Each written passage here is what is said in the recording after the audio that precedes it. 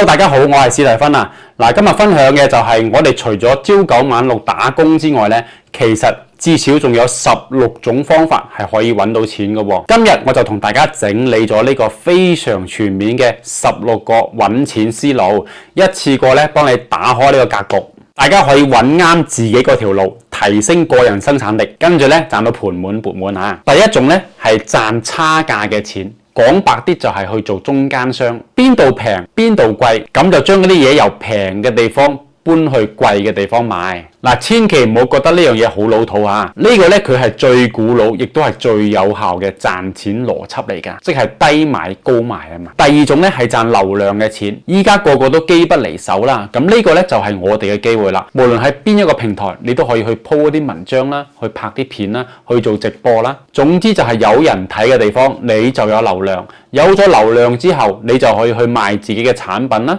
如果冇貨源嘅話，就可以去賣人哋嘅嘢，跟住攞分成，甚至係去接廣告啦，幫商家帶貨都得。因為流量呢樣嘢本質上就係錢啊嘛。第三種賺稀缺嘅錢，我哋可以認真咁樣盤點下，你手上有冇一啲你有但係人哋冇嘅嘢？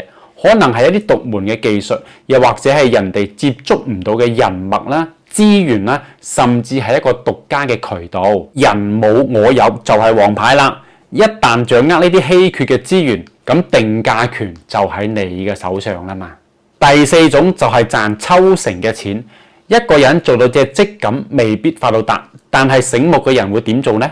佢會揾啲比自己更加叻嘅人幫自己手，跟住從人哋嘅收益嗰度抽成。團隊越大，系統越完善，賺嘅錢就會越多。如果做到複利效應嘅話，真係豬籠入水啦。第五種賺地域差嘅錢。我哋呢個地球咁大，有好多地方嘅特產喺第二個地方就會變成稀缺嘅貨。將一樣嘢由產量過剩嘅地方運到去稀缺嘅地方，由嗰啲爛大街嘅地方賣到去未見過嘅地方，中間嗰啲利潤真係高到你估都估唔到。第六種係賺認知差嘅錢，記住啦，有句話叫做內行賺外行嘅錢。喺自己嘅行業入邊做得耐，可能會麻木，但係你點都比外行人知道更多，呢個就係你嘅本錢啦。你可以去做培訓啦，做諮詢啦，搞付費社群啦，將你嘅專業知識變成真金白銀啊！第七種賺品牌嘅錢。點解同一件衫黐一個品牌標，價錢就可以翻幾倍甚至幾十倍呢？呢個就係我哋成日講嘅品牌溢價。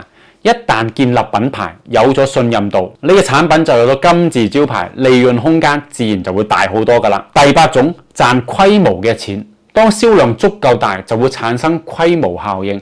每件產品嘅利潤可能會薄過紙，但係就會好似啲工廠咁樣，數量大到嚇死人。計落去條數都係一筆巨款，而且量大就會有底氣同上游供應商去壓價，慳得1蚊得1蚊啊嘛。第九種賺時間差嘅錢，純粹去做搬運工啊！可以將國外已經爆紅嘅項目搬翻國內去做，又或者將一線城市成功嘅模式複製去2線、3線、4線城市，利用信息差同埋時間差，呢個咧簡直就係開卷考試啦，成功率非常之高。第10種賺抄襲嘅錢，千祈唔好覺得抄襲好難聽，其實呢個係最高效嘅學習方式，就係揾你行業入邊嘅成功案例，拆解佢嘅每一步點樣做。跟住原汁原味咁樣去照搬，先模仿後優化，最後超越，小成本去試錯，快速去迭代，慳水慳力。第11種賺投資嘅錢，等錢嚟生錢。不過呢步好難㗎，周街都係揾笨嘅。但係一旦你投中咗，就唔係辛辛苦苦賺雞碎咁多，而係資產倍增。第12種賺廣告嘅錢，有時最簡單粗暴嘅方法就係最有效嘅。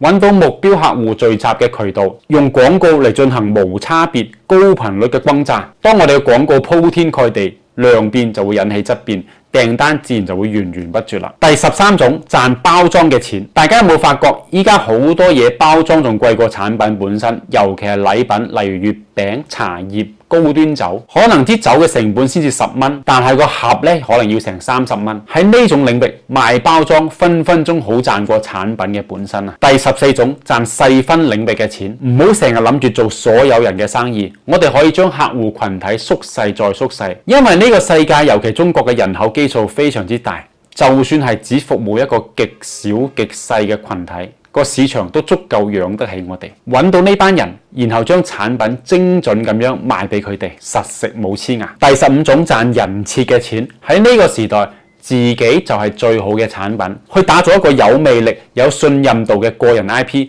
只要有人設、有粉絲信你、跟實你，你賣乜嘢佢哋都願意埋單。你可以去睇下嗰啲網紅，紅咗之後賺錢對於佢嚟講真係易過借火。第16種賺連接嘅錢，呢個真係叫做空手套白狼啦。如果有朋友有資源，另外一個朋友有需求，你可以將佢哋去撮合，中間賺取佣金，例如地產中介啦、分界所啦。其實都係呢個模式，所以大家得閒可以翻下你嘅好友 list，睇下自己可唔可以做翻個牽線搭橋嘅人呢？多謝大家收睇，如果你覺得有收穫嘅話，就俾翻個讚同埋關注啦。我係史提芬，下次再見。